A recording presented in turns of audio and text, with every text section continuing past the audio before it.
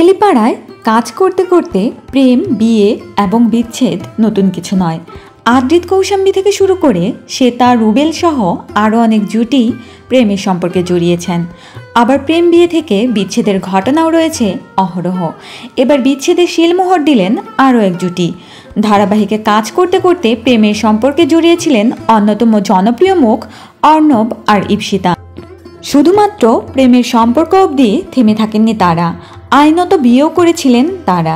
2022 সালের জানুয়ারি মাসে ঘটা করে করেছিলেন মালা বদল। এরপর সম্পর্কে দূরত্ব এলেও সেই দূরত্ব খুব বেশি দিন স্থায়ী হয়নি।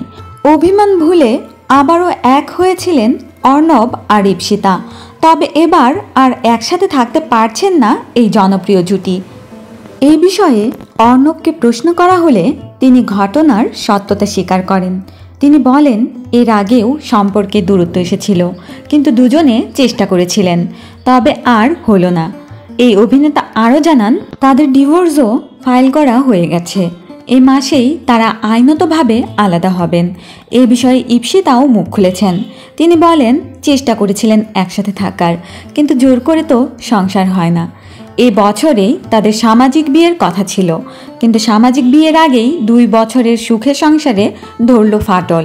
সম্প্রতি জল থই থই ভালোবাসা ধারাবাহিকেও তাদের একসাথে কাজ করতে দেখা গিয়েছিল। তো বন্ধুরা, অর্ণব ঈপ্সিতাকে আপনাদের কাছে কেমন লাগতো? আর এ বিষয়ে আপনাদের কোনো মতামত থাকলে জানাতে পারেন আমাদের কমেন্ট বক্সে।